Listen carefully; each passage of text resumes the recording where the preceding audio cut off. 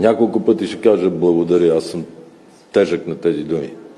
Удържахме и помогна Европейската комисия в лицето на госпожа фон дер Лайен за Европейския банков съюз, след това за пълноправното ни членство в Шенген, след това за членството ни в еврозоната. Днес имах разговор с Урсула, като и зададох точно този въпрос. Ако ще има такъв възможност за такова правителство, какъв е шанса да ни пуснеш? И тя вика, за Шенген ви е много голям шанс, за еврозоната трябва да го измислите как да обиколите правила, в смисъл да влезете в рамки. Очевидно не само за България е важно да бъде в еврозоната, важно е Европейския съюз и икономически и паричен съюз да се развива в посока, в която да може да се конкурира с глобализиращия се свят. По изчисления и реални данни към Европейската комисия, дефицитът за миналата година е бил доста над 3%, както лъжеха, за да постигнат поставената цел за влизане в еврозоната. От всички критерии изпълнени, сега няма нито един изпълнен. Това, което Гълъб Донев каза с финансовата министърка, 6,4% бюджетен дефицит. Честито на Възраждане, няма да правят референдум. С този показател еврозона няма. Става безмислен. 3% бюджетен дефицит. Ако задраскаме 6,4% и го направим 3%, не че е хубаво, пак е дефицит, но 3%, откъде ще се отреже още? Близо двойно трябва да отрежем. Европейската комисия ще излезе с доклад, с който ще започне процедура по прекомерен дефицит за България. Какво означава това? Означава, че нашият дефицит е доста на 3% и ще ни бъде наложен регулярен мониторинг и ограничителни мерки с възможни санкции. Защото сега идва времето на тежките въпроси и от Европейската комисия ще питат защо някои хора лъгаха. Фондация Хан Зайдел, благодаря и на Конрад Аденауер. Двете фондации, които за нашата партия през цялото време са се грижили изключително добронамерено. Много преди дори ние да се формираме като такава партия, тя бяха преценили, че България има нужда от истинска, центристко, дясна, народна партия. И затова си харчат парите вече сигурно 10 години, всеки месец за вас.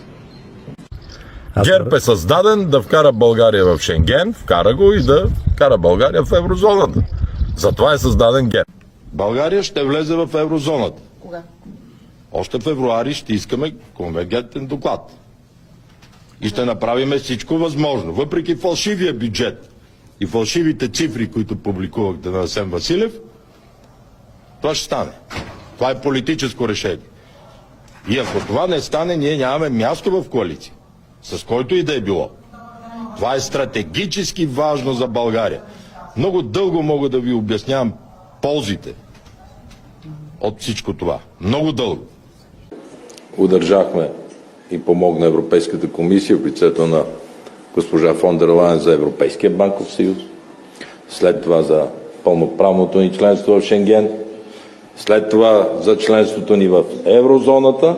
Вие знаете, че като се махнат преките плащания, ние станахме държава донор на Европейския съюз. И хората крайно време е това нещо да го променят. А ще имаме голяма зависимост, може би. Да, както в момента имаме и зависимост, че плащаме 2 милиарда за 25-та година членски внос към Европейския съюз, а не получаваме тези пари обратно. Какво Конрад Аденауер би искал повече от партията, на която помага?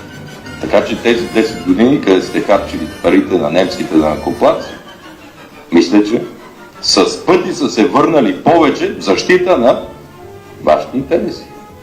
Факт. А случката е, че дълга ще стане 70 милиарда.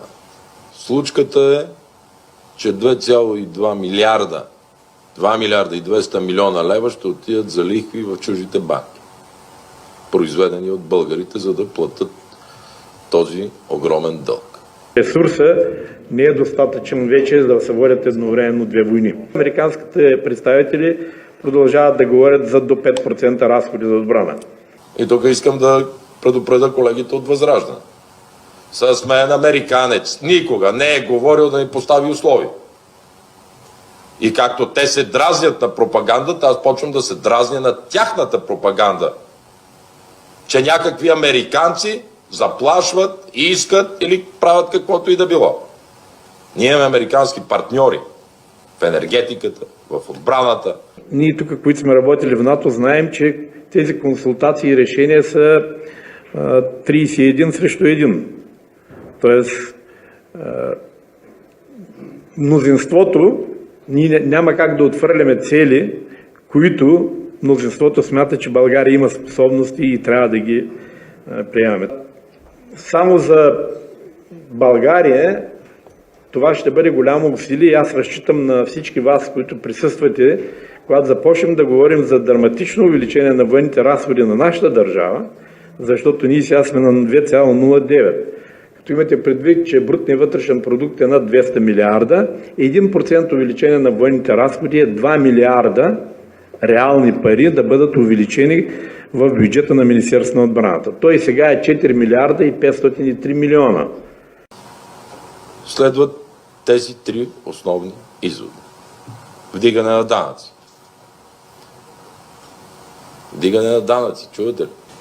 Ако това не се направи и остане 6,4% дефицита, забравяте за еврозоната.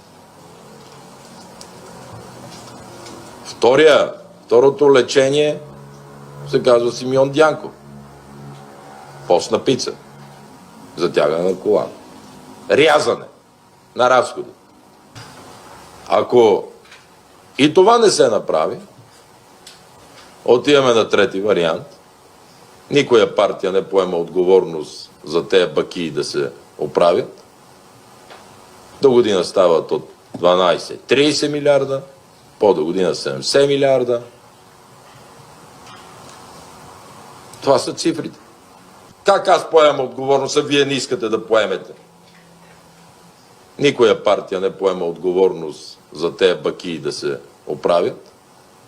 И както този, който държи милиардите, десетките милиарди на Бойко Борисов, командва той какви политически решения да взима от името за България, да влиза ли в еврозоната, да не влиза ли в еврозоната, по същия начин сега англичаните се опитаха да удушат Илхан Илиев и да го принудат да направи нещо, което е извън здравия разум. Уикиликс. Грама на Американското посолство в София, номер 10279, от 28 май 2009 година. 9. Ще посетите военно-въздушната база Граф Игнатиево, нашата основна платформа за сътрудничество между въздушните сили на САЩ и България и една от 4-те военни бази в България, където американските сили имат право да оперират съгласно споразумението за сътрудничество в областта на отбраната между САЩ и България от 2006 година.